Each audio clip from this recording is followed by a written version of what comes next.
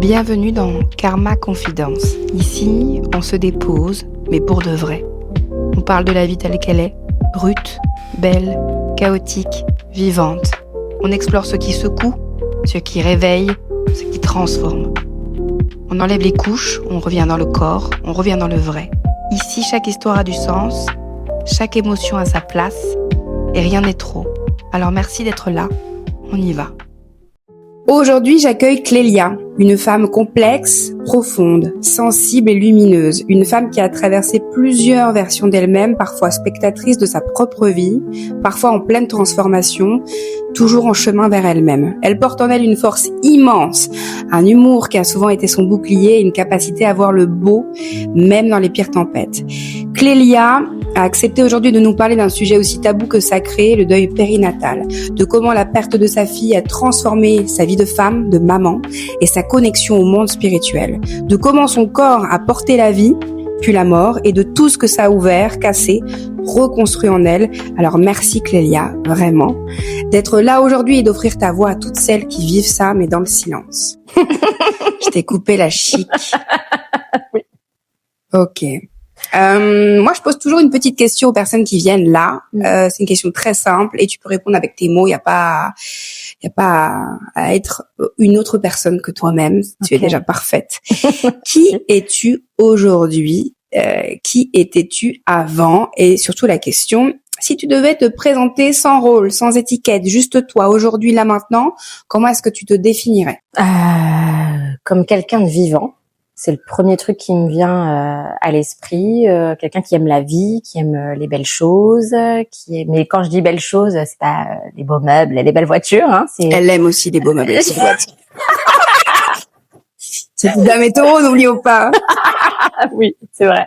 Mais non, c'est les belles choses de la vie. En fait, les moments simples, la joie, le bonheur. Je pense que je suis quelqu'un de quand même de joyeux, de résilient. C'est hyper dur de se définir en fait.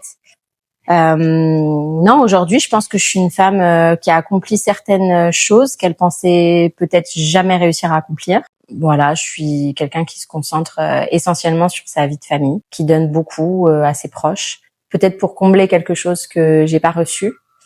Et avant, je pense que j'étais quelque part en surface la même, mais à l'intérieur totalement différente. Je pense qu'il y a quelque chose qui s'est enlevé. C'est quoi ton énergie du moment et la version de toi que tu traverses, mais en ce moment? Je me sens, est-ce que c'est lié à l'année du serpent, en mutation.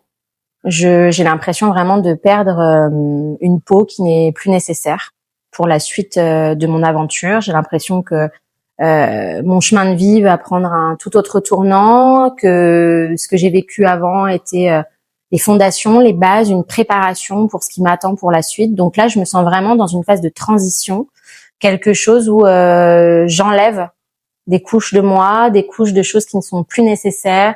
Je deviens la version, je pense, la plus proche de mon âme, si je peux dire. Et là, t'as quel âge? Là, j'ai 34. Ok. Quand t'appuies sur pause et que tu regardes vraiment qui est Clélia aujourd'hui, je suis un peu insistante. Qu'est-ce que tu pourrais me dire par rapport à ça? Je pense que Clélia aujourd'hui, elle est aussi en partie brisée et en reconstruction. Elle a traversé des choses, mais ça n'efface pas. En fait, en surface, elle est reconstruite. Mais je pense que quelque part, au fond, on est encore un peu dans les ruines, quoi. Si vraiment on regarde bien. Est-ce qu'on vit pas avec nos ruines un peu? Ouais, aussi, quelque part. En fait, on apprend à les regarder, à les aimer et à voir, ok, ça s'est détruit, mais c'est beau aussi quand c'est cassé. C'est clair. Mais c'est pas forcément toujours évident. Non. Si on revient en arrière quelques années, quand t'étais enfant, qui étais-tu enfant? Qui était la petite Clélia? Ton caractère, ton monde intérieur? Alors, la petite Clélia, elle était plutôt sage, elle écoutait plutôt les règles, les consignes, jamais un mot de travers ou un pas de côté. Parce que déjà, je pense, ce désir d'être aimée des gens autour d'elle. Donc, on fait pas de bruit, on fait pas d'éclaboussures. Je pense que j'étais quelqu'un qui contenait déjà beaucoup ses émotions. Parce que pas la place, pas l'espace de les déposer quelque part. Donc, je pense que j'ai appris très tôt à les gérer seule. Elle avait beaucoup d'espoir. La petite Clélia avait beaucoup d'espoir de se dire un jour, moi aussi, je serai heureuse. Est-ce que ça te venait de ton éducation? Ouais, clairement. Ouais. Je pense Ton que j'ai style de vie, ton Oui. style de vie éducationnelle aussi, parce que des fois on parle d'éducation, mais toi tu te retrouves dans un espace, il n'y a pas nécessairement d'éducation, mais la vie t'éduque. C'est ça. Je pense que la vie m'a éduquée et je pense que ce qui m'a fait tenir, c'est peut-être complètement débile, mais je pense que c'est toute la génération Disney, quoi. De regarder, j'avais le début des princesses, quoi. Vraiment le côté, c'est l'enfer au début.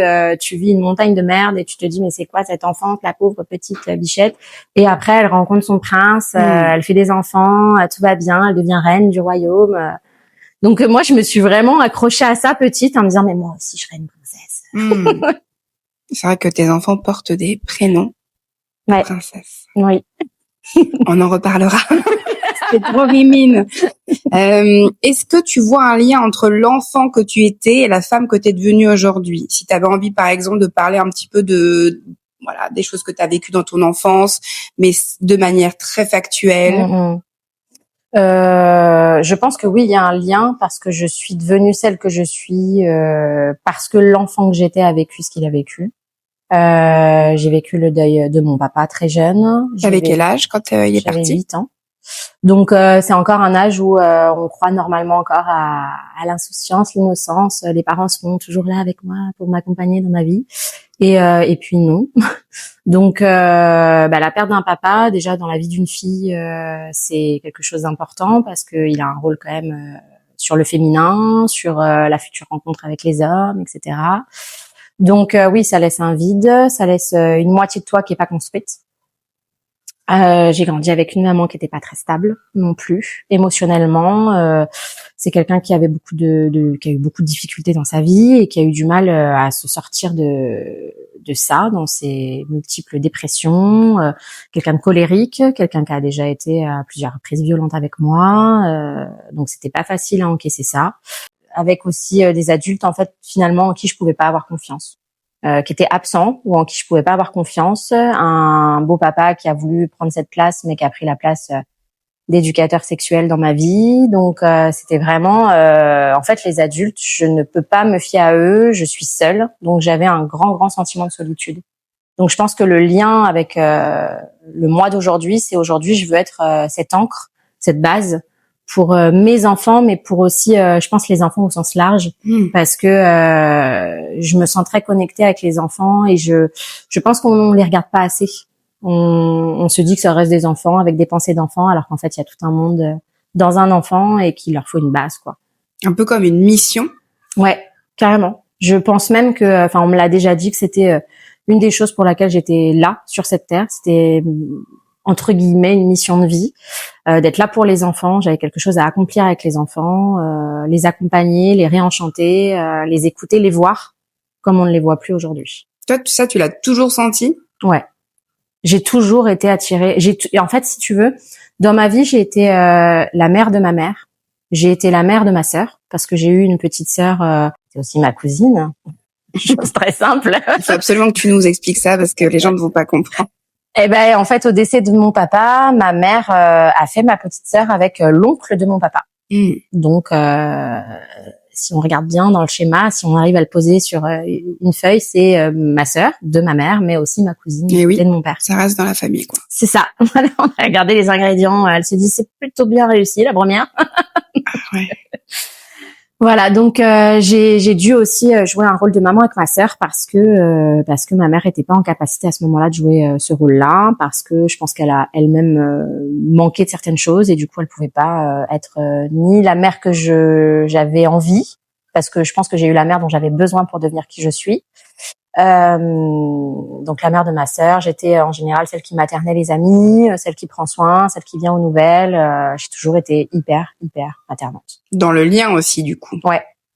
Et aujourd'hui, dans ton rôle de maman et dans ton quotidien, on aimerait un petit peu approfondir un peu les choses. Tu fais quoi, toi, dans la vie aujourd'hui? Alors aujourd'hui, dans ma vie, je me suis mis entre parenthèses, on va dire professionnellement, comment le commun des mortels appelle la vie professionnelle, parce que pour moi, c'est une vraie profession, s'occuper des enfants. Oui, c'est une profession. Faut qu'on mette aussi le cadre du travail gratuit. C'est travail, ça. Voilà. De l'esclavage gratuit, je dirais même. C'est pas que du travail, c'est un peu de l'esclavage quand même par moment. Mais on aime ça, se faire souffler. Il faut croire qu'on oublie vite. Ouais, puis on y retourne du coup. Ouais. Ça, tu vas nous expliquer? Oui. Disons que en ce moment, j'ai mis donc entre parenthèses ma vie à l'extérieur du foyer, je dirais. C'est pas ma vie professionnelle parce que je pense que j'acquiers plein de compétences avec les enfants.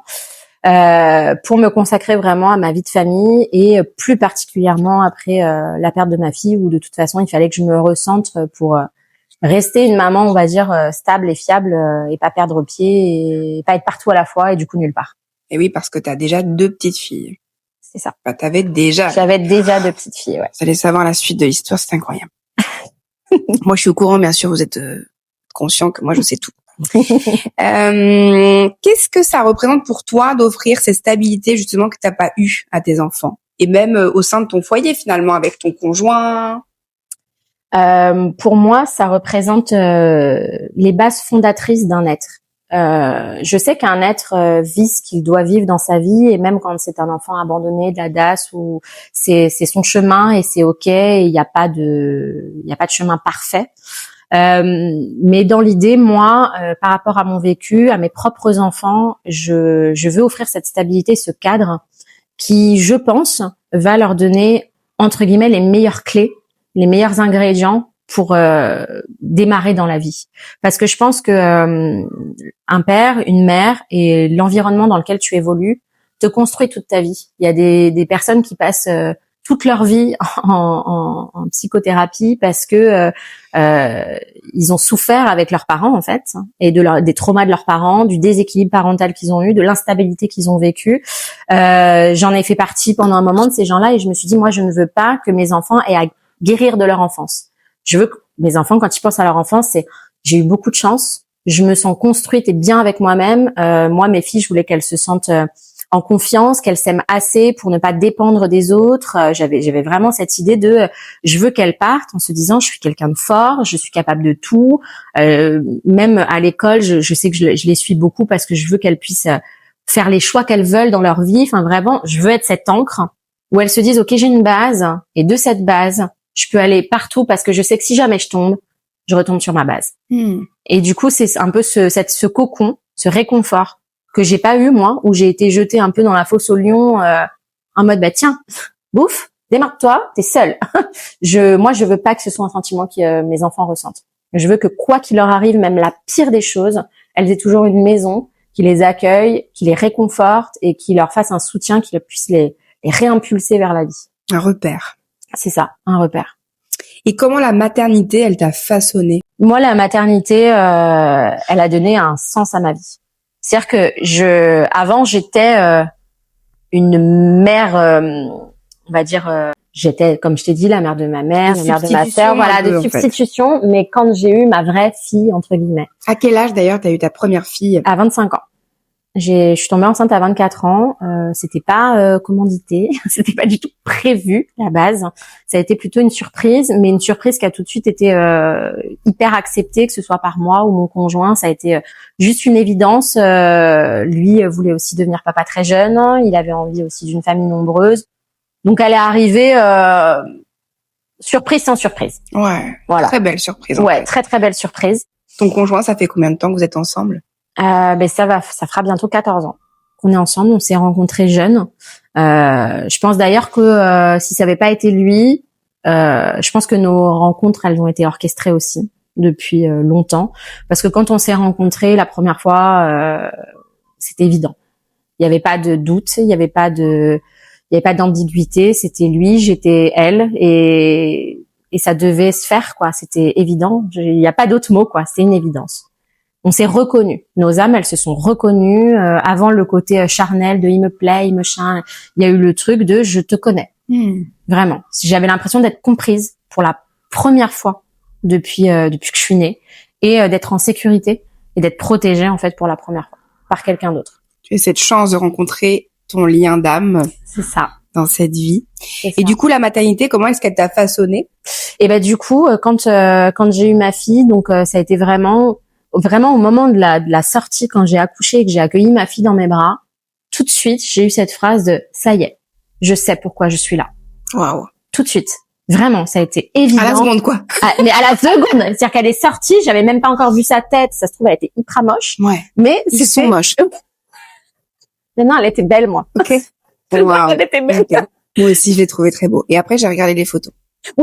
C'est ça. Des années après, tu regardes les photos, tu dis, finalement, C'est quand même translucide. c'est pas ouf. Puis le nez un peu écrasé, la tête un peu... Pas top. Bon. Mais sur le moment, c'est bah. la 7e merveille du monde. Elle est arrivée et je me suis dit, mais Wow. voilà. Bon, t'as eu un coup de foudre, toi. Ouais. Parce que ça arrive aussi, hein. Ben ça m'est arrivé On pour ma l'entendra. 2e de pas l'avoir Ok. tout de suite. Donc, super. On n'a D'ailleurs. pas besoin d'écouter un autre podcast d'une autre Non. personne. Non, j'ai eu plein de façons d'être mère parce que Bon, je suis de toute façon. une mère différente pour chacun de mes enfants. Ok. D'accord. Donc elle m'a façonnée pourquoi? Parce que Ouais. du coup je suis pas rentrée On dans détourne, ça. ouais. Elle m'a façonnée parce que elle a donné un sens à ma vie. C'est comme si j'avançais sur ma quête. J'étais à ma place. En fait, ça m'a remis à ma place, tout simplement. J'ai trouvé ma place dans le monde grâce à ma fille.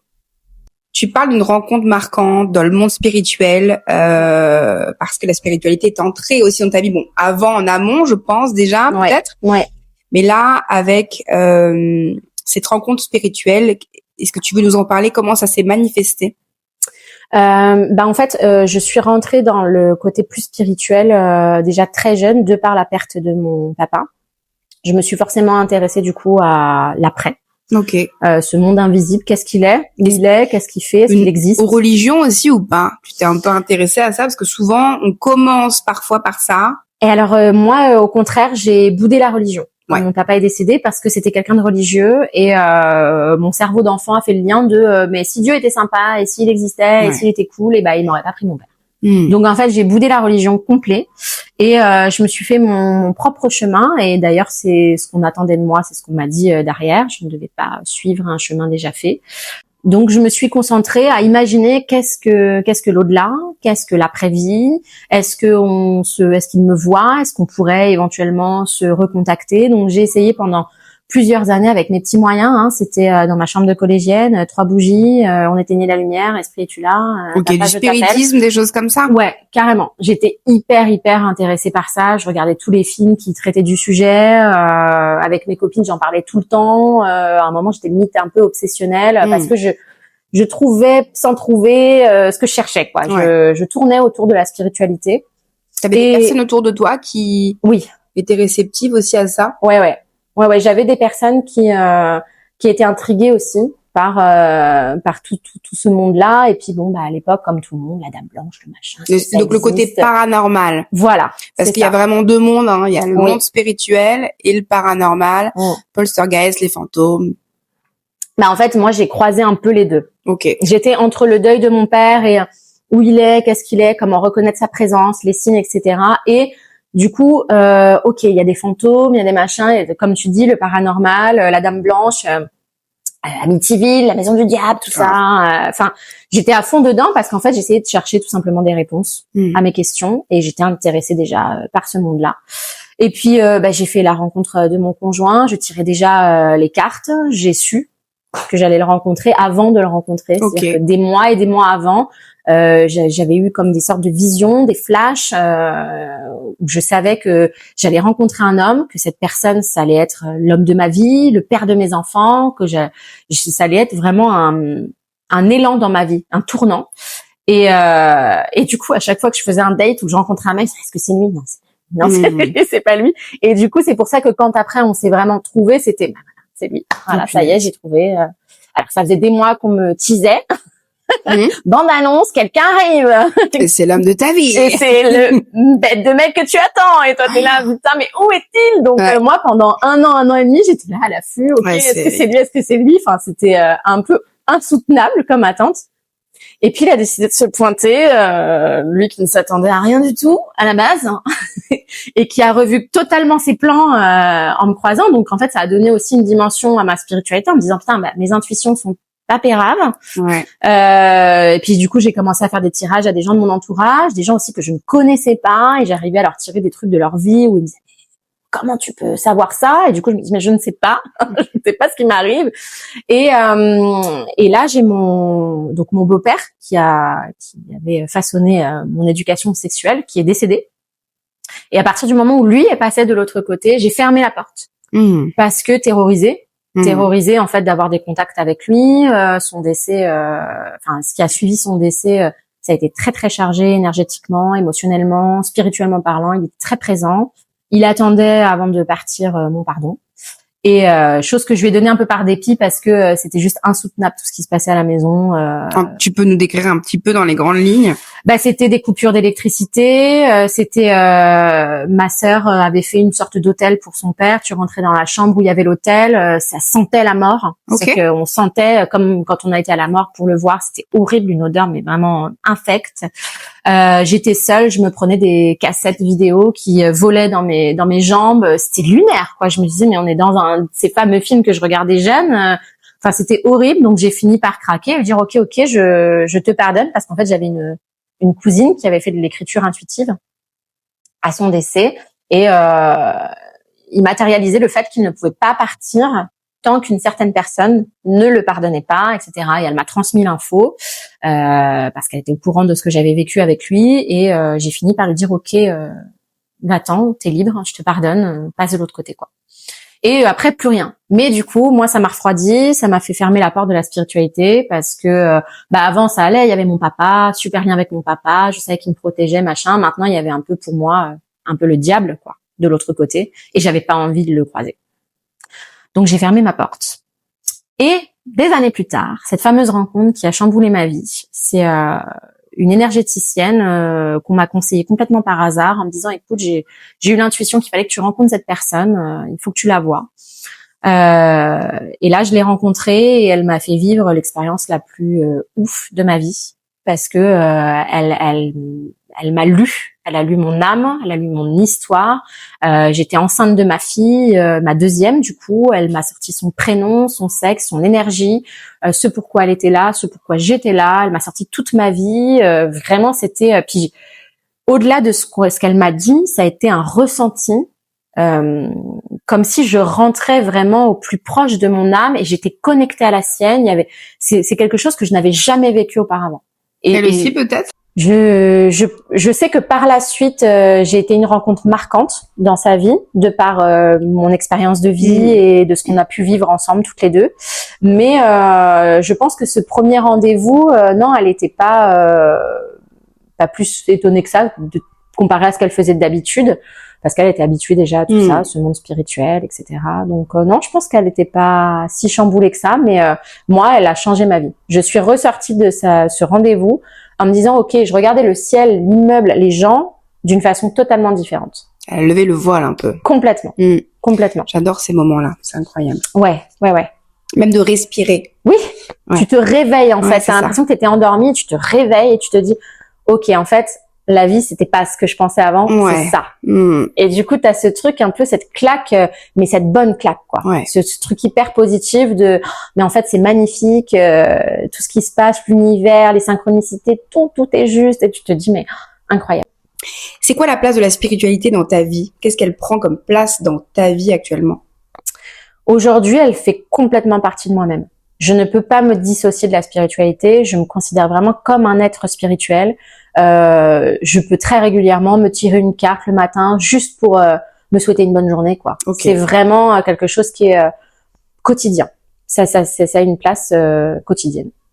Est-ce que la perte de ta fille, du coup, elle a renforcé ou transformé ou bouleversé ta relation au spirituel? Complètement, parce que quand on parle de spiritualité, en général, quand les gens se renseignent sur la spiritualité, c'est souvent parce qu'ils ont perdu un être cher et du coup, ils veulent un peu retrouver cet être. Moi, dans la perte de ma fille, j'ai certes vécu le fait de retrouver son âme, mais j'ai vécu son avant-incarnation, puisque son âme a été celle qui allait se réincarner, c'était prévu, c'était une histoire qui était actée, qu'apparemment on était d'accord ensemble, donc mon conjoint, moi et ma fille, enfin son âme en tout cas, on était OK pour jouer ce scénario-là, de la perdre pour pouvoir la retrouver. Un contrat d'âme. Exactement. Est-ce que tu peux nous raconter, avec tes mots, ton histoire avec ta fille? À ton rythme, hein. Bien sûr. À prendre le temps que ça va prendre. Ouais.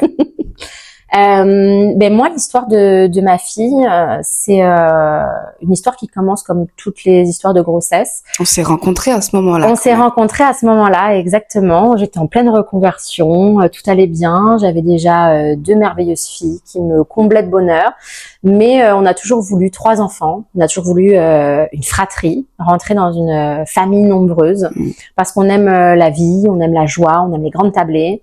Et on s'est lancé en se disant OK, est-ce qu'on le fait cet enfant? On était quand même dans une période post-Covid qui était un petit peu catastrophique au niveau climat, social, financier. L'avenir était complètement incertain. On était quand même dans le truc de est-ce qu'on le fait vraiment ce truc ou pas? Parce que c'est quand même assez ouf.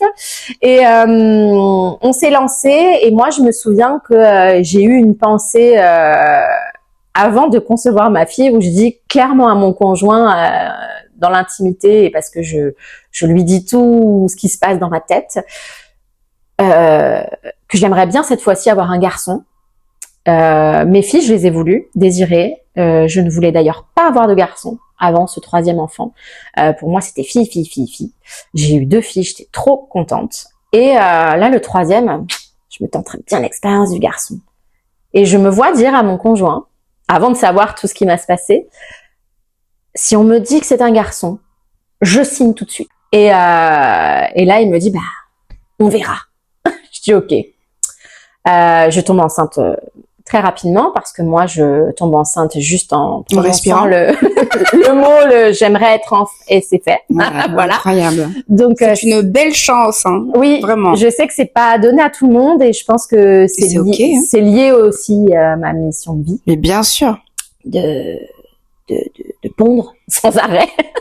Donc moi c'est one shot. À chaque fois c'est one shot. Wow. J'ai une hyper fertilité qui d'ailleurs peut être remerciée à mon beau-père. Parce qu'en fait, quand j'étais plus jeune, j'ai fait des trucs hormonaux un peu chelous. J'ai été voir un endocrino et il m'a dit qu'en fait j'étais hyper fertile parce que je sécrétais en abondance une certaine hormone qui joue sur la fertilité, et ce déclenchement s'est fait par rapport à l'inceste que j'ai vécu. D'accord. C'est une réponse en fait physiologique du corps à cet inceste. Donc, comme quoi, on peut accepter chaque événement de la vie, parce que même si on ne comprend pas toujours sur le moment, ça a un sens. Ouais. Donc l'inceste que j'ai vécu dans mon enfance était certes dur, traumatisant, etc. Mais ça m'a permis d'avoir des enfants très facilement par la suite et de remplir entre guillemets ma mission de vie au niveau de ce truc d'être mère, etc. Donc comme quoi. Incroyable. Voilà. Et donc du coup, je suis rapidement tombée enceinte. C'était pas une surprise, et j'ai vécu cette 3e grossesse comme quelque chose de complètement acquis. J'avais pas de surprise. C'est la 3e, quoi. Voilà, c'est ça. C'est la 3e, c'est la routine, quoi, limite. C'est la base. Non, mais j'ai fait pipi sur le test. Je l'ai lancé à mon mec dans le lit. Tiens, je suis enceinte, quoi. Ah ouais. Vraiment l'annonce pérave, alors que pour les 2 premières, moi la première, j'étais comme ça. La 2e, je lui ai fait tout un truc filmé et tout. Tu vas être papa. Le truc qu'on voit sur les réseaux sociaux. Là, c'était vraiment, je me suis levée le matin, pyjama, gueule dans le cul. Tiens, regarde, je suis enceinte. Ok. Voilà. Et lui, j'en étais sûre. Voilà. Okay. C'est devenu, même avec le recul, on se dit, on a enlevé le côté précieux de tomber enceinte, d'accueillir un nouveau membre dans la famille. C'était quelque chose de complètement acquis pour nous. Vraiment. Et la grossesse se passe super bien. Super bien, les examens sont ok, tous les feux sont au vert. Comme t'habites en face de l'hôpital. Voilà, j'ai tout est préparé. Enfin vraiment tout va bien. Et là, je vais à l'annonce du sexe et persuadée que cette fois-ci c'est un garçon, parce qu'au plus profond de moi je sens quelque chose de très masculin et je me dis non mais c'est sûr là ça va être un garçon. On t'avait fait des tirages aussi et de la numérologie pour connaître le sexe. Et on t'avait dit c'est un petit mec. Mais oui, dans ma formation de sophro, les filles m'avaient fait ça. Ah non mais par rapport au truc chinois, c'est un garçon. Le pendule, on m'avait dit garçon. Je dis oui, c'est forcément un garçon, c'est ce que je ressens aussi. Je suis alignée, etc. Et en fait, je vais chez le gynéco qui me dit bravo monsieur, vous êtes doué pour faire les filles. Mais pas du tout. Vérifiez bien. Je dis, c'est pas possible. Enfin, je ressemble beaucoup à un garçon, machin. Enfin, mais même quand on est sorti de ces rendez-vous, avec mon conjoint, on s'est regardé, on s'est dit, c'est bizarre, c'est pas du tout ce qu'on ressent. Bon, quelque chose de très très bizarre. Vraiment, c'était une émotion qui était frappante, quoi. C'est pas juste la déception de pas avoir un garçon. C'était quelque chose qui allait vraiment à l'encontre de ce qu'on ressentait. C'était pas juste je suis déçue. C'était pas ça, parce qu'on était hyper content d'accueillir une fille, mais il y avait le côté, il y a quelque chose qui tourne pas rond. C'est pas logique par rapport à ce qu'on ressent. Mais bon, on finit par accepter. C'est confirmé par moult médecins. C'est une fille. C'est ok. Arrêtez de tous les... C'est acté de tous les côtés. Arrêtez. Donc on fait ok, c'est une fille. On choisit un prénom plutôt facilement. On regarde dans la bibliothèque Disney. Est-ce que tu peux nous rappeler l'ensemble de tes prénoms Alors, mon aînée s'appelle Bella, en référence à mon Disney préféré, qui est La Belle et la Bête. Donc, elle s'appelle Belle. J'ai juste latinoisé son prénom. Ma deuxième s'appelle Moana. Donc, Moana, c'est la version mondiale de Vaiana qu'on a, nous, en France. Ça s'appelle Vaiana en France, mais partout dans le monde, c'est Moana. Et ma troisième fille, du coup, on s'est dit Anastasia. Ah bah oui. Ouais, la duchesse. Une histoire magnifique. Et dès le début, j'ai dit, écoute, le prénom, c'est totalement ça. Je le sens à l'intérieur de moi, ça vibre fort. J'espère juste que son histoire sera pas pareille que cette princesse. Oui. Et je le dis en continu en plus, c'est-à-dire qu'à mon ostéopathe, à tous les gens que je rencontre qui me disent, mais c'est un prénom magnifique. Et moi, je suis là, oui, j'espère juste qu'elle aura pas le même destin. Oui. Incroyable. Ouais. Déjà, j'avais un peu ce réflexe-là. Et là, je fais une séance donc pendant ma grossesse avec justement mon énergéticienne qui m'avait éveillé complet sur la spiritualité, parce que désir de parler avec cet enfant à venir, voir s'il avait des choses à me dire. Vu que je l'avais vécu avec ma deuxième, j'avais beaucoup aimé. Je me suis dit, j'aimerais bien savoir si on fait tout bien, si son prénom est ok. Enfin voilà. Donc je fais cette séance avec mon conjoint, ma cousine, une autre fille. C'était une séance de groupe. En live. En live. Alors oui, en live. Et elle me dit très rapidement, enfin c'est très bref quand elle parle de ma fille. On n'y passe pas 15 ans comme pour mes autres grossesses. Là vraiment c'est hyper rapide. Elle me dit, ne t'inquiète pas, elle va s'incarner. N'aie pas peur. Elle ne vient pas, elle a peur, elle repart. Ça fait partie de son trajet de vie. Il faudra que tu l'acceptes, c'est son chemin. Elle est venue pour ça. Enfin, sur le moment, j'ai rien capté. Je me suis dit, ok, incroyable. Elle va s'incarner. Oui, je suis dans mon 6e mois, heureusement. Enfin, je veux dire, très bien. Elle va s'incarner, génial. Elle me dit, mais t'es sûre que c'est une fille? Je dis, bah voilà. Je dis, bah oui. Elle me dit non, parce que je sens quelque chose de très très masculin. En tout cas, rien à voir avec tes deux premières, hein, qui sont très princesses, très machin. Non, là, ce sera... Elle me dit, il y a un lien avec le papa. Il y a quelque chose avec le papa, il y a une proximité, il y a un point commun, il y a quelque chose avec le papa. Celle-ci, elle sera plus proche du papa. Ok, mon ego de maman, quoi? Elle va préférer son père après tout ce que j'endure. Et du coup, je me dis, bon, très bien. Nous verrons la suite. Le temps passe et là, une histoire parallèle, comme quoi l'univers est toujours très très bien ficelé. Je suis suivie par ma kiné depuis des années pour mes problèmes de dos, tout ça, qui est aussi maman de deux filles et qui a aussi cette envie de maternité et qui est enceinte en même temps que moi de son troisième, qui est un petit garçon. Donc moi, je suis là un peu, alors pas à jalouser, mais à me dire, oh, la chance. Un petit peu l'envie quand même de se dire, elle a réussi. La chance, elle a réussi à faire un mec, quoi. Et elle me dit, enfin, on se voit pour un rendez-vous. Elle avait fait son échographie du 2e trimestre. J'avais un mois et demi d'avance sur elle au niveau de ma grossesse. Et elle me parle de moi, mon échographie du 2e trimestre. Je dis, moi, ça s'est très bien passé, tout va bien. Puis j'avais un petit peu de diabète gestationnel. Oh, juste ça fait chier, faut que je contrôle ce que je mange. Je me plains, quoi. Je me plains grave. Et là, d'un coup, je dis, au fait, et toi, comment ça se passe? Et là, elle s'effondre. Aïe. Elle s'effondre en plein cabinet et je me dis, qu'est-ce qui se passe? Elle me dit, non, bah moi, ça s'est pas du tout bien passé. Il y a une malformation au niveau du cerveau. Donc elle était au 6e mois comme toi? Alors moi, du coup, j'étais un peu plus avancée. J'étais au 7e au moment où elle me l'a annoncé. Et elle rentrait dans son 6e mois, puisque c'était l'écho du 2e trimestre où ils font tout en détail. Et donc elle m'explique que il y a une zone du cerveau qui ne s'est pas construite. C'est un pont en fait entre les 2 hémisphères. Il y a 30% de chances que l'enfant vive complètement normalement, parce que plein de gens vivent sans ce pont et sont complètement normaux. 30% de chances qu'il y ait un handicap plutôt lourd, ou 30% de chances que ce soit un légume. Donc là, il y avait un choix à faire, en sachant qu'il y avait quand même 60% de chances que ça soit compliqué. Donc elle a dû prendre la décision d'arrêter ou pas la grossesse. Donc ça s'appelle une IMG, une interruption médicale de grossesse, après le stade des 3 premiers mois, où c'est autorisé en France parce que il y a justement un problème médical qui permet à la maman d'interrompre. Donc elle a mis quand même un petit peu de temps à prendre cette décision, parce que c'est pas une décision facile à prendre. Moi je suis rentrée chez moi effondrée, parce que je me suis sentie tout de suite intimement liée à cette histoire. Ça m'a tout de suite percutée, et je suis rentrée, j'ai dit à mon conjoint, mais tu te rends compte que moi je me plains, alors elle doit faire un choix horrible, c'est horrible ce qu'elle va vivre. Enfin voilà, c'était très prenant déjà chez moi. Je me suis complètement emparée de son histoire avant même de connaître la suite de la mienne. Elle finit par me dire qu'elle a pris la décision d'interrompre la grossesse. Donc elle avait rendez-vous mi-janvier pour être hospitalisée et donc mettre fin à cette grossesse.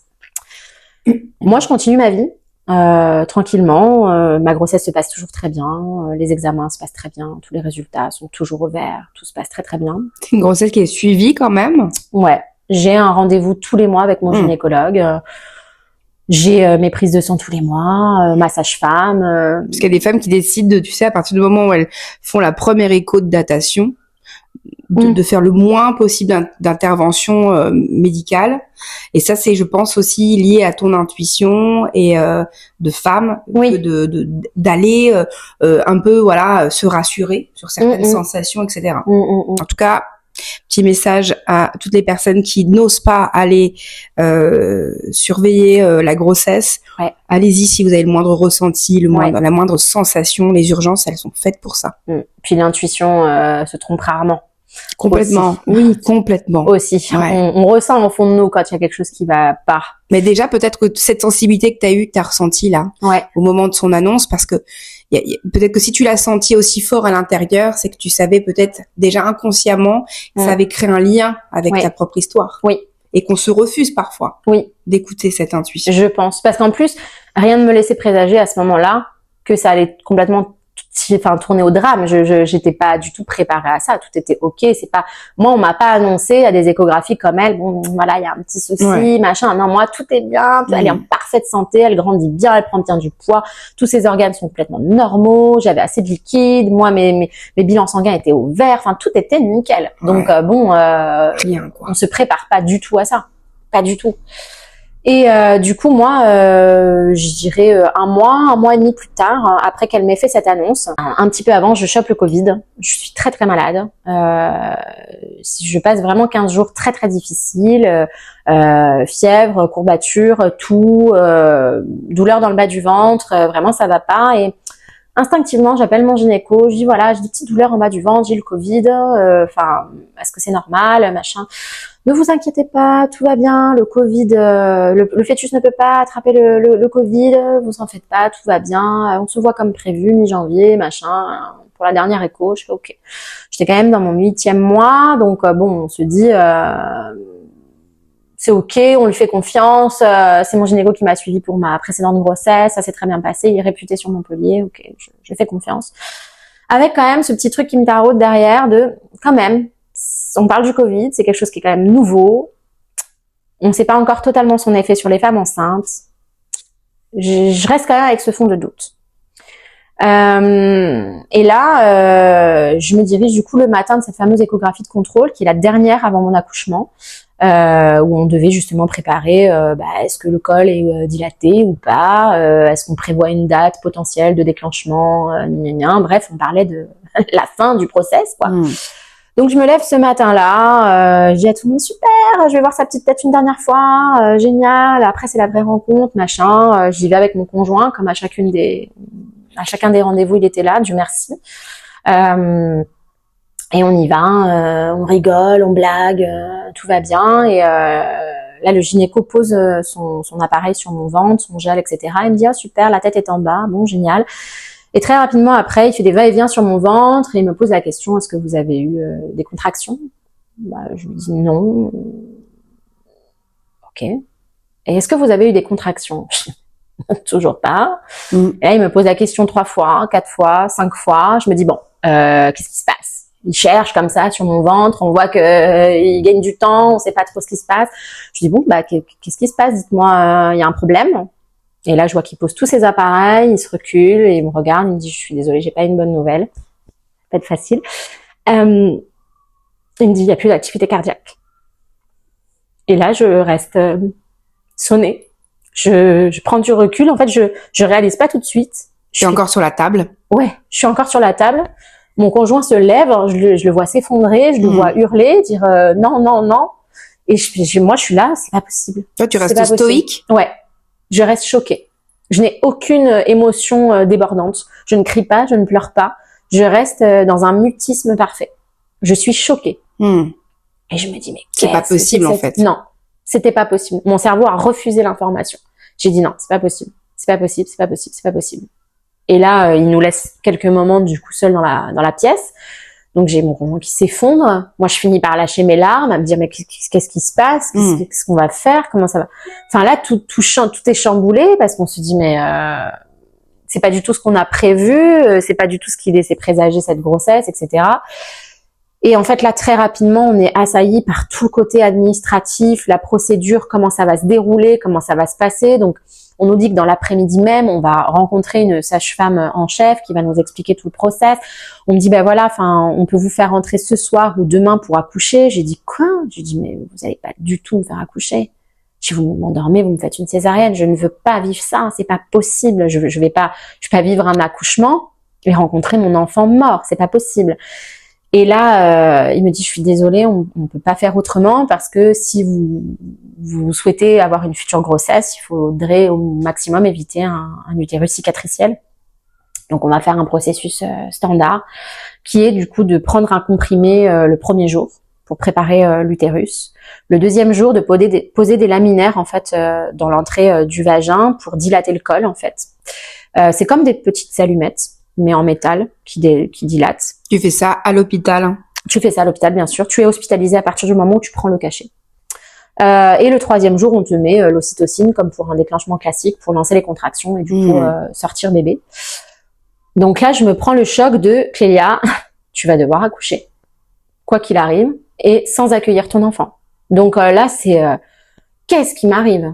Là vraiment, on se prend le monde tombe sur ta tête. Tu te dis mais c'est pas possible. Enfin, c'est un cauchemar. C'est un cauchemar. C'est pas réel. Je vais me réveiller. Il y a encore cette part de déni où même quand je suis sortie de cette salle, j'ai dit à mon conjoint c'est pas possible. Ils vont nous rappeler. La machine ne fonctionnait pas. C'est-à-dire que j'ai trouvé 1000 raisons pour dire que ce qu'il m'a dit c'était faux. Il fallait que je décrédibilise complètement son discours de ma fille est morte. Non, ma fille n'est pas morte. Je voulais pas le voir, je voulais pas le réaliser, c'était pas possible. Je suis rentrée dévastée et ma première impulsion, ça a été j'ai besoin d'aide. J'ai appelé mes amis, j'ai besoin de vous. J'ai perdu Anastasia, elle est morte quoi. Et là, tout le monde autour de moi s'est effondré parce que tout le monde l'a vécu pareil, comme un choc, une surprise. Ils s'attendaient à ce que j'annonce quelque chose d'hyper positif, ou enfin voilà, ou limite on s'attendait à ce que j'accouche quoi, mais pas du tout que je la perde. Donc là, c'est un peu ouais, vraiment on est dans un brouillard. Vient ce rendez-vous avec cette sage-femme en chef dans une salle où ils sont très bien rodés au niveau du process pour parler aux couples qui vivent ça parce que ils ont les mots, ils ont la douceur. Je me suis sentie vraiment comprise, accompagnée, soutenue. Il y a eu beaucoup de tendresse. Ça crée tout de suite un lien avec le personnel médical qui est autre que celui qu'on a d'habitude pour un accouchement classique. Tout de suite, on a l'impression qu'on fait partie de leur vie, qu'on rentre un peu dans leur histoire et eux dans la tienne peut-être aussi. Ouais, complètement. Complètement. Pour moi, ils font partie de mon histoire. Ils font partie de ces gens que j'ai aimés sans les connaître en fait. Ça a été vraiment, on s'est donné de l'amour sans se connaître à ce moment-là. Dans un moment qui a été horrible, on a trouvé justement cette part de bonheur, de joie, on peut compter les uns sur les autres, on peut s'aimer sans se connaître en fait. Que ce soit les sages-femmes, les gynécos, les médecins qui m'ont accompagnée tout le long du process, ça a vraiment été ça qui a ressorti cette solidarité, cette humanité.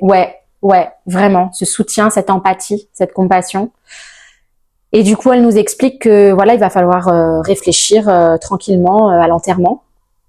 Donc là, c'est une deuxième bombe parce que on se dit mais on n'avait pas du tout pensé à ça. Et non. Enfin, je veux dire, on pense à dans quoi va dormir le bébé, quelles affaires on va prendre. Tout était déjà prêt à la maison. Tout. J'avais déjà trié les affaires que j'avais déjà de mes premières filles. Tout était lavé, tout était classé par âge. Tout était prêt, quoi. Il y avait plus qu'à ce qu'elle arrive, au cas où. En plus, on n'arrêtait pas de me dire c'est le troisième. À tout moment, ça arrive. Le chemin est déjà bien fait, donc on prépare tout à l'avance. Donc en fait, non. Là, on s'attend à la recevoir, à la découvrir, et pas du tout à préparer son enterrement. Est-ce que vous voulez incinérer? Est-ce que vous voulez enterrer? Parce qu'en fait, après 24 semaines de grossesse, un enfant est obligé d'être enterré ou incinéré. En fait, il est considéré comme un être vivant. Être humain. Voilà, parce qu'il est viable. Mais oui. Donc du coup, on doit l'enterrer. Donc je me suis dit, ok, il va pas falloir prendre cette décision. On me parle de l'autopsie, de savoir si on veut éventuellement avoir des réponses sur ce qui s'est passé. Donc qu'est-ce qui s'est passé en fait? C'est-à-dire que laissez-moi le temps de réaliser juste ce qui s'est passé pour essayer de savoir si j'ai envie de comprendre ce qui s'est passé. Enfin, c'était vraiment. Et le temps est compté. C'est ça. Le temps est compté et en même temps, nous, on n'est pas du tout dans cette rythmique d'aller vite parce qu'on est déjà choqués. Nous, on est resté statique. La vie s'est arrêtée. Le temps a cessé à ce moment-là. Donc, on comprend pas cette agitation autour de nous. C'est brutal, c'est violent en fait. Toutes les informations qu'on ingère à ce moment-là. Je prends quand même la décision de pas être hospitalisée le jour même parce que faut l'annoncer à mes filles. Mais oui. Je voulais pas disparaître pendant quelques jours sans qu'elles aient pu me voir, sans qu'elles aient pu dire au revoir à leur sœur. Bien sûr. Qu'elles attendaient aussi depuis des mois. Elles étaient impatientes de compléter la fratrie. Elles étaient super contentes que ce soit une petite fille. Elles avaient quel âge? Alors ma grande avait 5 ans. Ma deuxième, elle avait 2 ans et demi. Elle allait avoir 3 ans. Oui, donc elle comprenait tout bien ce qui se passait, quoi. Ouais, elle comprenait tout. Je dirais que la dernière, la deuxième, a un peu moins capté sur le moment. Elle a juste ressenti, je pense, nos émotions à nous. On a essayé d'être le plus doux possible, avec des mots aussi durs. Elles se sont tout de suite effondrées avec nous. C'était pas tenable. Elles ont été dans la peine immense et pourquoi. Enfin, c'était vraiment 46 000 questions. Mais qu'est-ce qui lui est arrivé? Parce que pour un enfant, c'est très dur de concevoir qu'un bébé meurt. C'est pas la logique des choses. Hein. Les grands-parents meurent, les gens très très vieux, très très malades meurent. Mais un bébé en pleine santé ne meurt pas. Donc, il a fallu expliquer que malheureusement, parfois, ça arrive. Du coup, on sait qu'on déconstruit tout leur lien avec la mort, tout leur lien avec la vie, avec le fait que tout peut arriver à n'importe quel moment. Du coup, moi, ça a été double peine parce que j'ai vu dans les yeux de ma fille, surtout l'aînée, l'innocence disparaître comme mon innocence à moi quand j'ai perdu mon père à mes 8 ans. C'est-à-dire que quand tu réalises que si petit, tout le monde peut partir du jour au lendemain, il y a quelque chose qui change dans ton cerveau, dans ton esprit, il y a dans ta vision de la vie, dans ta façon de mener ton quotidien. Tu n'es pas pareil, tu n'as pas les mêmes réflexions. Et je l'ai vu ça chez mes enfants à ce moment-là. Et j'étais encore plus malheureuse, en plus de la perte de ma fille, de voir cette innocence partir dans leurs yeux, parce que c'est tout ce que je voulais pas pour elle. Mais malheureusement, on ne choisit pas ces moments-là. Donc voilà, ça a été très dur. On a passé une nuit, pour le coup, qui était poétique, parce qu'en fait, on a dormi pour la dernière fois tous ensemble, dans le même lit. Donc moi, ma fille dans mon ventre, même si elle était plus là au niveau de l'âme, elle était là au niveau du corps. Et mes 2 autres filles proches, comme un dernier au revoir. Une dernière nuit tous ensemble. C'était tout doux. Comment ça s'est passé du coup le lendemain? Tu as été avec ton conjoint à l'hôpital? Oui, alors ça s'est passé très très vite. On a eu beaucoup de solidarité de la part de nos amis aussi, qui se sont tous relayés pour garder nos grandes. Et oui. Pendant combien de temps t'as été hospitalisée? Alors, j'avais besoin d'être hospitalisée que 4. Je suis restée 5 à ma demande. Donc, c'était un petit peu moins d'une semaine. Voilà. Donc, voilà, nos amis se sont organisés pour les récupérer à l'école, les garder le soir, les faire dormir, manger, etc. Ils ont été un vrai relais parce que nous, dans le coin, on n'a pas de famille. Donc, heureusement qu'ils étaient là. Ça nous a permis, nous, de se concentrer sur cette épreuve. Et puis, on rentre à l'hôpital en fin d'après-midi. Je prends le premier comprimé. Donc, je démarre le processus et il est dur à avaler. Je mets du temps parce que encore une partie de moi me dit et si jamais elle est encore en vie, je fais une connerie, là, je suis en train de la tuer. J'avais un peu ce côté de ça se trouve c'est moi qui la tue là en prenant ce foutu comprimé. J'avais encore cette part de déni. Je veux pas réaliser quoi. Mais je prends ce comprimé non sans trembler. Et je passe donc la nuit tranquillement, la journée du lendemain à l'hôpital. On passe me voir, on essaye de voir si je vais bien. Je suis dans le service maternité. Donc, ils ont essayé de me mettre dans une aile où il n'y avait pas trop de mamans hospitalisées à ce moment-là. Mais je suis malgré tout dans ce service-là avec toutes les mamans qui ont leur bébé, les pleurs des bébés, les cris, les rires. Quand moi, je sais que je ressortirai pas comme ça, quoi. Ok, il n'y a pas une unité spéciale alors en fait? Non. Il n'y a aucune unité spéciale. On est vraiment au milieu de toutes ces mamans qui accueillent la vie pendant que nous, on accueille la mort. On est mélangés. On n'est pas dans un autre pôle. On est vraiment dans le pôle maternité. Parce que je pense que pour l'instant, ils ont pas. En termes de moyens. Non, ils n'ont pas en termes de moyens la capacité de créer un espace pour ça. Je pense que heureusement, ce n'est pas aussi fréquent pour créer tout un pôle sur ça. Ça reste quelque chose de fréquent.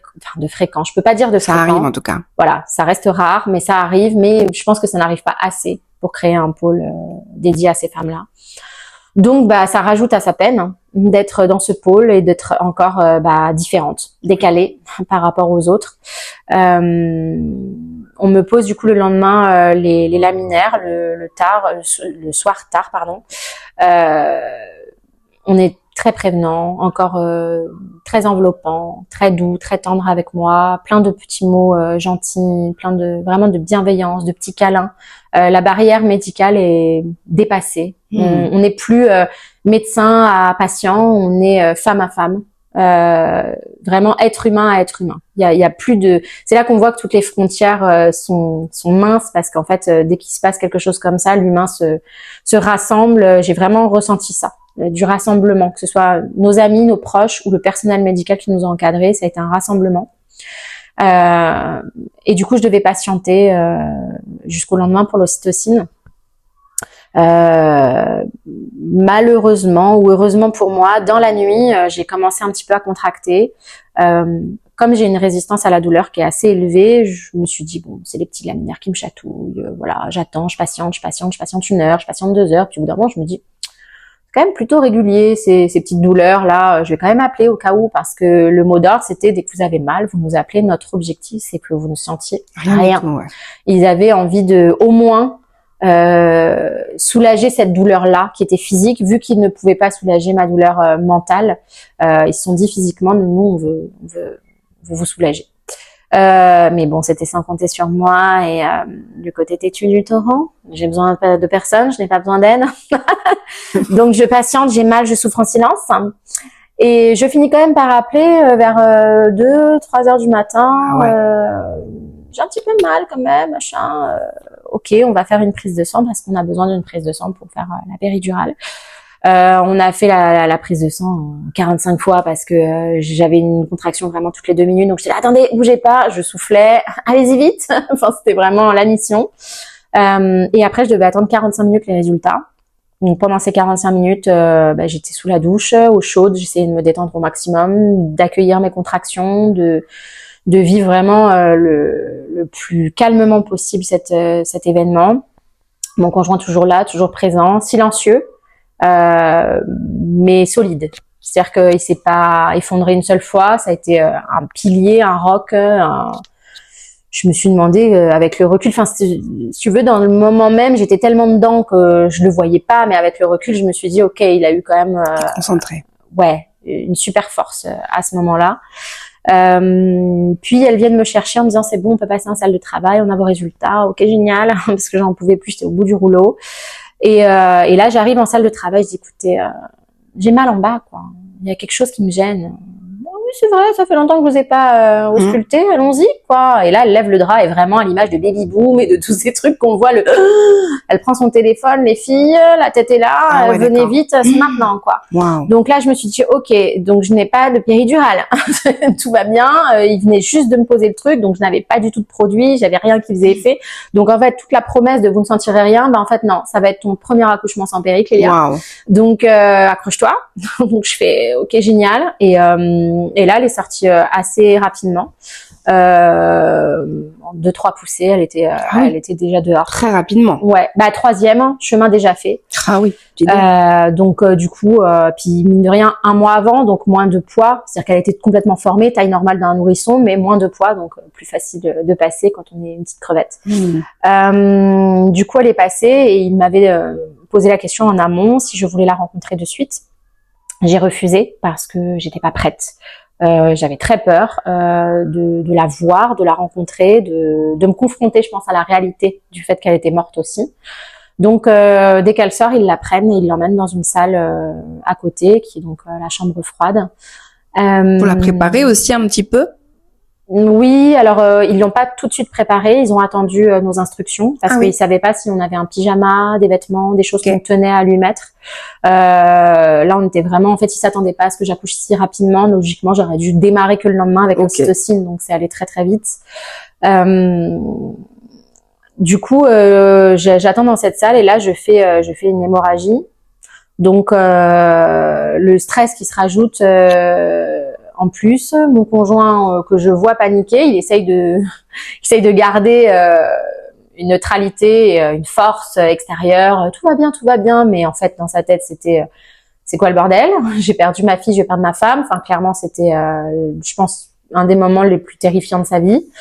Ils arrivent quand même rapidement à stopper l'hémorragie. Moi, je suis complètement affaiblie. Je reste en surveillance 5 heures au lieu de 2. Une fois que je quitte la surveillance, je remonte dans ma chambre et mon gynécologue vient me voir, très humain, en me disant voilà, on m'a dit que vous aviez pas rencontré votre bébé. Surtout, n'hésitez pas.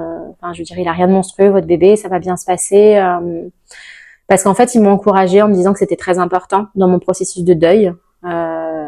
Ils m'ont pas forcé, mais ils m'ont quand même bien montré que c'était essentiel pour la suite de ma vie. Mon conjoint, lui, par contre, il a tout de suite voulu la voir. Il se retenait, il me disait non, je t'attends, et je lui dis non, ne m'attends surtout pas. Je lui dis je ne sais pas si moi je vais avoir l'envie, si ça va se matérialiser, donc surtout je veux que tu le fasses pour toi. Si tu as besoin de la rencontrer maintenant, vas-y quoi. Et je pense que ça m'a aidée parce que du coup, il est allé la voir. Bon, il est revenu bien sûr effondré en me disant qu'elle ressemblait à nos autres filles, quoi. C'était le même petit visage éteint. Et le fait qu'il l'ait vu, qu'il m'ait rassurée, qu'il m'ait dit t'inquiète pas, tout va bien, c'est un bébé normal, juste elle a les yeux fermés. Je me suis dit ok, allons-y. Donc le lendemain, je me dirige vers la salle où j'ai accouché. Ils vont me chercher ma fille en chambre froide et là la sage-femme prend ma fille dans les bras et me la présente comme on présente un nourrisson à sa maman.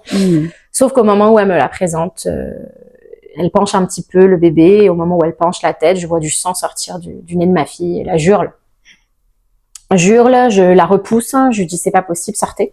Je dis je peux pas la prendre, je m'effondre, je crie, je pleure, c'est insoutenable, enfin c'est tout mélangé en fait aussi. C'est insupportable. C'est vraiment je n'avais pas créé jusqu'à maintenant, là j'ai hurlé quoi. C'est pas possible, sortez quoi. Donc là mon conjoint a super bien réagi, il a demandé à la sage-femme si elle pouvait gentiment sortir de la salle et nous laisser seuls avec notre fille. Donc elle a dit bien sûr je sors. Je suis restée, j'étais en chaise roulante parce que j'avais une tension très basse du coup due à l'hémorragie. Et il m'a dit tu sais quoi, on va faire un truc. C'est toi qui t'avances vers elle. Et oui. Tu prends le temps qu'il faut. T'avances petit pas par petit pas vers ta fille, tu la rencontres. T'inquiète pas, je suis là, tu prends ton temps. J'ai mis le temps que j'ai mis. Ouais. Je pourrais pas te donner un espace-temps. Je n'ai aucune idée de si ça a pris 1 demi-heure ou 3 heures. Je n'ai vraiment aucune notion de ce temps qui est passé là. parce que je n'ai écouté que moi et mon courage en fait à ce moment-là de m'avancer vers ce bébé. Donc je suis arrivée, j'ai d'abord aperçu sa main. Il l'avait habillée, du coup, on leur avait demandé de mettre un pyjama. Elle avait un linge, un petit bonnet, tout ça. Et après, j'ai aperçu l'esquisse de ses lèvres, son petit nez. Et là, elle toute entière. Et là, c'est comme tes autres enfants. C'est le coup de foudre. C'est évident. C'est la tienne. Tu le ressens, même si elle est plus là, même si elle est plus dans ce corps. C'est ta fille. Donc Endormie. Elle rêve, elle dort, c'est ce que tu te dis. Il n'y a pas encore les traces de mort sur elle, donc vraiment, elle est toute apaisée, toute calme. Et je l'aime instinctivement, d'un amour inconditionnel. Et oui. Ça te tombe dessus, tu contrôles pas, et c'est comme ça. Et là. Je la prends, je la bisouille, c'est ma fille, j'ai besoin d'être près d'elle, je me sens bien, je pleure pas. En fait, t'as plus peur, là. Non. Je pleure pas auprès d'elle. Je suis bien. C'est fou de se dire ça. C'est-à-dire qu'on pourrait dire que ça pourrait choquer, mais non, je me sentais complète en sa présence. C'était une partie de moi, elle était là, et du coup, j'étais apaisée du fait d'être à côté d'elle. Il a fallu quand même qu'on sorte parce qu'on peut pas non plus rester des heures et des heures avec un corps qui pourrait se détériorer. Donc je rentre dans ma chambre et on me dit que j'aurai accès à elle à n'importe quelle heure du jour et de la nuit. Si je veux la voir, je peux la voir quand je veux, jusqu'à ce que plutôt incroyable. Ouais, jusqu'à ce que je parte. Et c'est là que la spiritualité prend un sens encore plus fort pour moi, parce que en parallèle, l'énergéticienne que je côtoie est au courant que je perds ma fille. Elle a été mise au courant par une connaissance à moi, et elle m'envoie tout de suite des messages qu'elle intègre, parce qu'elle est avec ma fille. Elle est avec canalise en fait là. Ouais, elle canalise pendant toute la durée où je suis à l'hôpital et même après, en direct live. Elle me dit, écoute, elle est avec moi, n'aie pas peur, tout va bien, ça va le faire. Moi, je me posais des questions quand je la voyais, je me disais, mais enfin. C'est fou, est-ce que je dois continuer? Parce qu'en fait, très rapidement, elle me dit, elle va revenir, cette âme. Ne t'en fais pas, elle n'est pas partie définitivement. Et est-ce que tu as repensé à cette phrase? Ben oui, du coup, tout a pris son sens. Du coup, la séance qu'on a faite pendant que j'étais enceinte à 6 mois et que rien ne laissait présager quoi que ce soit a pris son sens. Je me suis dit, ok, là, on est en train de me dire, n'aie pas peur, elle va se réincarner, tout va bien, elle va avoir un lien avec le papa, machin. Je me suis dit, ok, là, on est dedans. Je sais pourquoi on m'a rassurée à ce moment-là. Et là, du coup, donc l'énergéticienne me dit tout de suite, n'aie pas peur, elle est bien, elle est très présente. Son âme m'a beaucoup rassurée, m'a dit qu'elle m'aimait aussi de façon inconditionnelle, que je montrais le plus bel exemple de l'amour inconditionnel à ce moment-là, que je l'expérimentais au plus pur. Et oui. Parce que d'aimer un être qui est parti, en fait, d'aimer un être qui est passé, qui me fait tant souffrir, aussi, accepter son chemin de vie. Ouais. Et elle me dit, en fait, le fait que tu acceptes le trajet de cette âme, c'est un amour de fou, en fait, parce que tu as dit OK pour vivre ça avec elle. Et tu l'as pas retenue comme ça. Non, quoi. Non, je l'ai pas retenue. Elle m'a surtout dit, dans le rituel que vous allez choisir, il va falloir que ce soit quelque chose de très aérien. Il faut que son âme reste libre. Donc j'avais plein de questionnements. Est-ce que je dois continuer à l'appeler Anastasia parce qu'elle va se réincarner, donc forcément elle aura un autre prénom. Et en fait, je revenais dans la chambre et j'avais le message déjà de mon énergéticienne avant même que je lui pose la question, qui me disait surtout continue à l'appeler Anastasia, c'est important pour son chemin d'âme. Je me dis mais pourquoi c'est important sur son chemin d'âme? Là, je regarde, chose que je n'avais pas faite depuis le début de ma grossesse, depuis le moment où j'ai choisi son prénom, ce que Anastasia veut dire. Et Anastasia, ça veut dire résurrection. Waouh. Et là, on se regarde avec mon conjoint, on se dit, mais nous, on a choisi ça pour la princesse Disney. Et en fait, ça veut dire résurrection et on est en train de le vivre. Ouais. C'est fou. On s'est dit, en fait, oui, c'est son prénom. Parce qu'en fait, c'est ce qui va lui permettre de se réincarner plus tard. Et là, du coup, ça prend une dimension... Je suis complètement déconnectée du monde extérieur. Ouais. Je suis pleinement dans... Je sens que je frôle la limite. Je suis plus totalement dans la matière, je suis pas totalement dans l'univers, on va dire, dans l'invisible. Je suis à la frontière des deux. Je jongle, je navigue entre son corps physique et son âme. Je me sens vraiment à la croisée des mondes. Ouais. Vraiment. Et du coup, là, je dis, OK, qu'est-ce que tu veux qu'on fasse? Je commence à parler avec l'énergéticienne. Qu'est-ce qu'il faut qu'on fasse pour ton âme? Quel rituel on doit choisir? Comment tu veux qu'on accompagne ça? Et là, vraiment, on a travaillé main dans la main avec cette énergéticienne pour accueillir, enfin, faciliter au mieux le passage de cette âme entre sa mort, sa réincarnation. Enfin, moi, je voulais qu'elle se réincarne. Cette âme voulait se réincarner, mais pour que ça se fasse bien, on a mis plein de choses en place. J'ai fait plein de rituels avec de la sauge, j'ai fait plein de choses avec des bougies, avec le fait de laisser partir en fumée des choses. Enfin, vraiment. Une fois que t'es arrivée chez toi? Oui. Une fois qu'on est rentré, on a mis plein de choses en place. On a choisi l'enterrement parce que malheureusement, au jour d'aujourd'hui, l'incinération coûte énormément d'argent. Ah oui. Ce sont des frais auxquels on n'est pas du tout préparé en tant que jeune parent. Il y a pas beaucoup d'aides. Les aides, elles arrivent que des mois plus tard par la CAF et c'est pas un montant qui est égal à ce que ça vaut. Du coup, on choisit l'enterrement parce que économiquement, c'est la chose qu'on peut réaliser à ce moment-là. Mais avant ça, on en parle avec elle et elle nous dit, c'est pas en soi comment je vais être. Enfin, c'est pas ce que vous allez faire de mon corps qui est important, c'est comment vous allez me vivre dans votre esprit. Eh oui. Comment vous allez me retenir ou pas. Donc du coup, on passe ces 3 jours de base après l'accouchement, comme un accouchement classique, on a 3 jours. On me dit donc je vais la voir tous les jours. Très heureuse.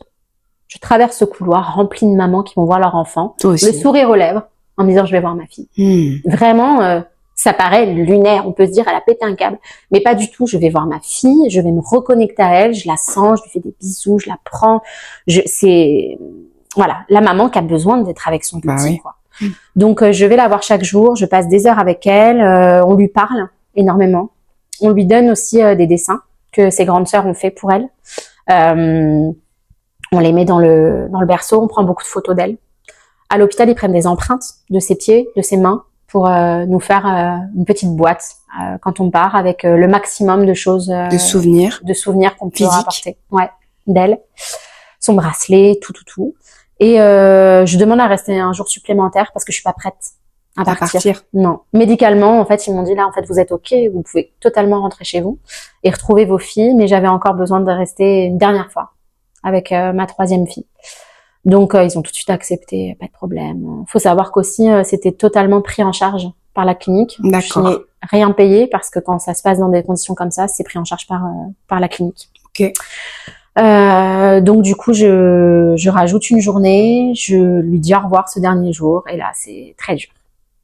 C'est le moment je pense le plus dur de partir sans elle, de la laisser là et de se dire que c'est la dernière fois de ta vie. Que tu la vois. Que tu la vois physiquement. Eh oui. Que tu la sens près de toi. Donc, je mets beaucoup de temps à sortir de cette salle. On me presse pas du tout. On m'encadre encore beaucoup, avec beaucoup de tendresse. C'est très dur pour nous deux, que ce soit moi ou mon conjoint, parce qu'il le vit aussi de plein fouet à côté.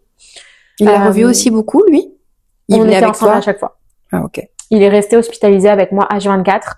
Mes filles étaient gardées, donc de toute façon, on avait la possibilité d'être ensemble. Il ne m'a quitté que pour aller promener les chiens 2 fois par jour. Ça durait une demi-heure, mais sinon il a été avec moi tout le long, jour, nuit. On a eu un vrai soutien mutuel. C'est-à-dire que même la nuit, quand j'essayais de pleurer silencieusement, il m'entendait, il me rejoignait, et il me soutenait, quoi. Ça nous a vraiment renforcés. La psychologue de la clinique qu'on a rencontrée le 2e jour après mon accouchement nous a dit que c'est un couple sur 2.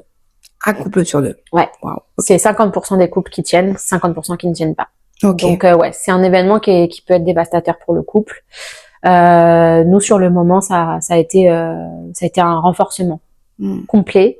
Ça nous a beaucoup aidé de le vivre comme ça. On a été habitués de toute façon à vivre d'autres épreuves auparavant. Toujours à 2. À 2, seuls contre tous. Donc en fait là, c'était juste une épreuve de plus pour nous. Pas la moindre, je pense la pire de notre vie, mais on l'a vécu vraiment ensemble. À notre rythme, on n'a pas tous les deux cheminé de la même manière, mais on a tous les deux compris le chemin de l'autre. Et c'est ça, je pense, qui a fait que ça a tenu.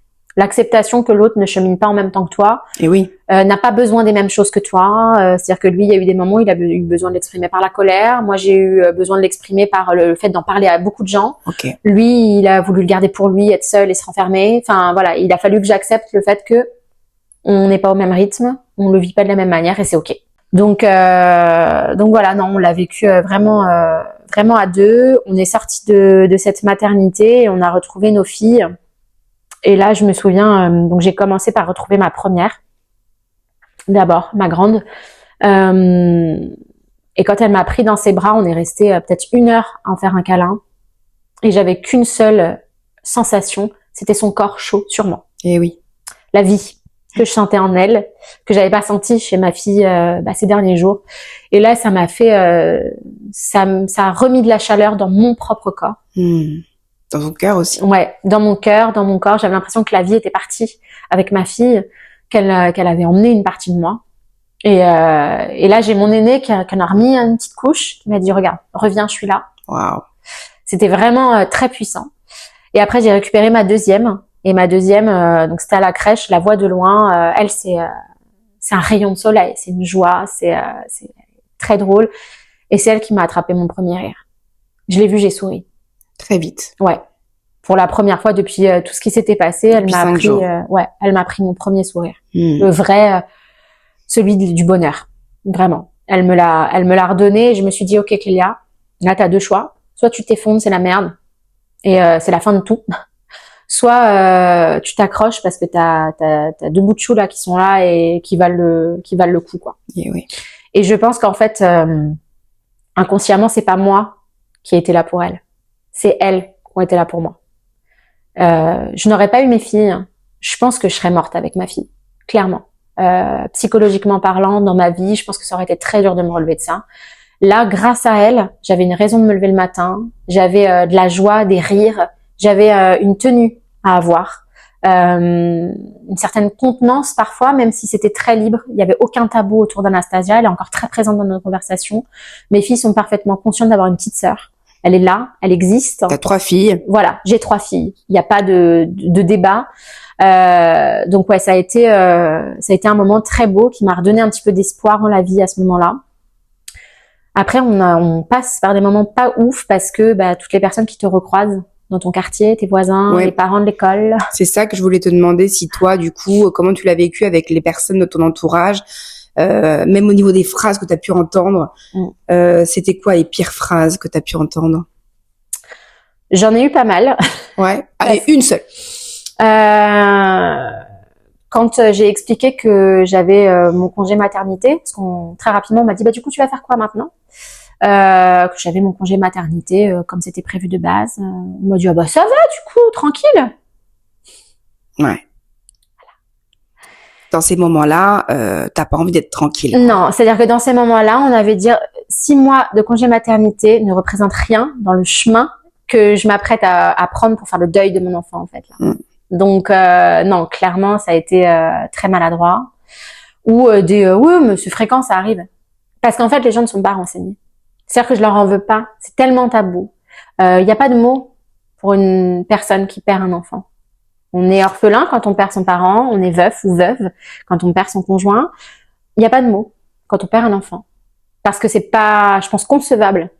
C'est pas dans tout ce qu'on apprend, comme tu le disais tout à l'heure, par rapport à tes enfants. C'est des choses qu'on n'en parle pas parce que ça dénature complètement l'origine de la vie et de la mort, de l'âge, du temps qui passe, quoi.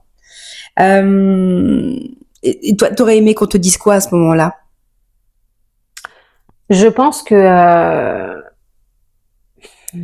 ce qu'on a envie d'entendre dans ces moments-là, c'est « je suis là ».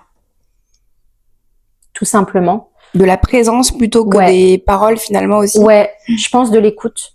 Parce qu'on a énormément besoin de parler de ce qui nous est arrivé. On a besoin de faire vivre nos enfants à travers notre parole. Parce que très rapidement, la mort d'un enfant fait peur. Et on a même tendance à nous fuir. Ok. Il y a certains amis dont on était très proches. Quand je suis allée récupérer mes filles pour la première fois à l'école, ma première apparition publique, post-accouchement de ma fille décédée, on m'a fui. Ok. On a changé de trottoir. parce que ça fait peur, parce que les gens ne savent pas comment réagir. Et en fait, en soi, je le conçois, j'en veux pas, mais ça fait mal, toi, de te sentir rejeté quand tu es en train de vivre la pire épreuve de ta vie. Donc, je pense que de l'écoute, de la présence, on n'a pas besoin de formule magique, il n'y en a pas. Non. Il n'y a pas de phrase qui pourra nous soigner de la mort de notre enfant. Il n'y en a pas. Donc en fait, il faut arrêter de se mettre la pression et de dire oui alors attends, il faut que je sache quoi dire. Non, juste être là. Tu as eu un petit bonhomme après. Eh oui. Oui. Assez rapidement, tu as eu une grossesse. Ouais. Est-ce que ça avait été préparé ou est-ce que c'est quelque chose qui vous est encore tombé dessus? Alors c'était préparé entre guillemets parce que quand je suis sortie de la maternité, j'ai eu cette pulsion de vie de dire non, ça va pas se finir comme ça. Je ressortirai aussi avec mon enfant de cette clinique. Vraiment, il n'y avait pas d'autre fin possible que celle-ci. Et c'est assez rapidement que tu t'es dit ça? Ouais. C'est-à-dire que le premier jour, j'ai regardé mon conjoint, j'ai dit c'est fini. Je souffre trop, c'est mort. J'ai trop mal. On arrête là, quoi. Et, oui, tout de suite, bien sûr. Je te suis. Hein. Ok. Pas d'embrouille. C'est ton corps, c'est toi qui le vis, c'est ok. Vraiment, il était comme ça. Et puis, plus les jours ont avancé, plus moi j'étais là, non. Je veux le mien aussi. Je veux mon bébé, c'est pas possible. Et puis, enfin, dans tout ce que j'ai vécu, du coup, avec le côté spirituel de elle va revenir, cette âme, elle va se réincarner, j'avais ok, il faut que je la retrouve, cette âme. C'est pas possible, en fait. Je sais pas par la porte, par la fenêtre, combien de temps ça va mettre, mais je vais la retrouver, cette âme. C'était vraiment une quête, quoi. Et c'est quelque chose qu'on peut pas parler à tout le monde, en plus, au moment de notre deuil, parce qu'on peut vite nous prendre pour... dans le déni total. Voilà, la nana qui n'a pas fait son deuil, qui a pas accepté que sa fille était morte, qui va le mettre sur son enfant suivant, alors que c'était pas du tout ça. Oui. Donc non, très rapidement, j'ai dit je voudrais continuer. J'ai revu du coup mon énergéticienne qui est venue mais complètement gratuitement, librement. Enfin, je veux dire, il y a pas tout le long. De toute façon, son accompagnement a été 100% gratuit. Elle est venue me rapporter de la sauge de son jardin. C'est une sauge qu'elle a plantée dans le placenta de l'accouchement de sa deuxième fille. Ok. Qui avait une symbolique aussi parce qu'elle a eu beaucoup de mal à tomber enceinte de cet enfant. Et du coup, son placenta devait être planté. Ça a donné lieu à une sauge magnifique. Elle m'a rapporté les branches de cette sauge pour que je fasse justement des rituels avec. Ouais. Ton fils, du coup. Et du coup, pendant cet entretien, elle me dit, écoute, l'âme va revenir. L'âme va revenir en garçon. Ça va pas mettre longtemps. Ça va être rapide. Ça va bien se passer. Dis-nous en combien de temps? Et j'ai ok. Et du coup, 4 mois plus tard. Waouh. Je suis tombée enceinte de mon fils. Et comment s'appelle-t-il, ce petit bonhomme? Ezio. Et ça veut dire quoi, Ezio? Alors, Ezio, ça veut dire aigle. Donc, ce n'est pas un personnage de Disney. Ce qui est marrant, c'est que ma fille Anastasia, si elle avait été un garçon, on l'aurait appelé Ézéchiel. On aimait beaucoup ce prénom, qui est un des... Dans la religion musulmane, c'est celui qui ramène les morts à la vie aussi. On ne le savait pas, on l'a su après. C'était un archange aussi. Hein. C'est ça. Et du coup, on voulait un truc qui était pas trop loin. Enfin, je sais pas, ça nous sonnait bien. Et voilà, on a pris Ezio, qui veut dire aigle, parce que le papa a toujours été comparé à un aigle dans ses séances du coup d'énergétique, spirituelle, etc. Donc, on a trouvé que c'était un peu l'évidence du lien entre le papa et le fils. Oui, incroyable. Ouais. Mais on n'a pas tout de suite su que c'était un garçon. C'est vrai? Et non, au tout début, on savait pas. Donc, c'est vrai que nous, on était quand même sur la retenue de cette expérience tant qu'on savait pas avec certitude que c'était un garçon. C'est au moment de l'annonce où j'ai voulu le faire d'une façon particulière. J'ai demandé au gynéco de pas me le dire, de le mettre dans une enveloppe, que je voulais le découvrir seul, sans mon conjoint en fait. Et je l'ai découvert du coup dans la salle d'attente toute seule. Après, cachée, je vois c'est un garçon, je m'effondre. Pas parce que je réussis à avoir un garçon. Parce qu'à partir du moment où j'ai perdu ma fille, garçon, maintenant, j'en avais plus rien à foutre. Mais parce qu'en fait, le fait que ce soit un garçon tamponnait toute mon histoire. Tout ce qui s'était passé. C'était le fil conducteur de, ok, j'ai vécu ça pour une raison. Cette raison, c'était celle-ci. Eh oui. C'était son chemin d'âme. Du coup, ça a donné un sens à ce que j'avais vécu. Incroyable. Et là, bah oui, c'était un garçon. C'était le papa, pareil, qui s'est effondré parce que le même sens pour lui. Enfin. Lui qui est spirituel ou pas? Alors lui, il l'est. Il est complètement spirituel, mais beaucoup plus en retrait que moi. Il n'a pas besoin de rituel comme moi je peux faire, de tirer les cartes. C'est pas forcément quelque chose qu'il va faire, mais oui, il a complètement suivi le rythme de la spiritualité et de tout ce qui a entouré le décès de notre fille, la naissance de notre fils. Enfin, non, il m'a suivi sur tous les plans parce que il l'est aussi, il y croit et puis il l'a vu, quoi. Comment tu vois ton corps aujourd'hui? Je dirais que ça dépend des phases de mon cycle aussi, je pense. Ça dépend des phases de l'année. Quand on se rapproche de la date à laquelle j'ai perdu ma fille, au début c'était très très dur. Au début, me regarder dans le miroir, c'était voir mon ventre vide, lui en vouloir, avoir de la colère contre moi-même, me sentir responsable, culpabiliser énormément. Ouais, tu t'es dit mon corps m'a trahi. Ouais, et puis je me suis dit qu'est-ce que j'ai fait, quoi. Ok. J'ai fait quelque chose de mal, je me suis tout de suite culpabilisée et responsabilisée. Ok. Et comment tu t'es reconstruit face à ton désir, à ta féminité, à la vie aussi dans ton propre corps? Alors au tout début, la première impulsion que j'ai eue quand ma fille est décédée, c'est il faut que je reprenne la danse. J'ai toujours fait de la danse depuis petite. J'avais arrêté quand j'ai eu ma première fille parce que je me suis focus complètement sur mon rôle de maman et on n'a plus les mêmes soirées quand on est maman. Ah bon? Donc plus le même temps, plus les mêmes hobbies. Et là, ça a été une pulsion, c'est-à-dire Clélia, tout ce que tu vas pas réussir à exprimer avec ta bouche, tu vas l'exprimer avec ton corps. Et du coup, j'ai repris la danse. Après la naissance de mon fils, par contre. Et oui, parce que comme je suis tombée enceinte rapidement. Eh oui, rapidement. Et là, on peut dire que tu es une professionnelle de la bachata. Disons-le. Il y a un petit pestacle tous les ans, vous pouvez retrouver Clélia. Au Chai du Terral à Saint-Jean-de-Védas. Voilà, Saint-Jean de Védas.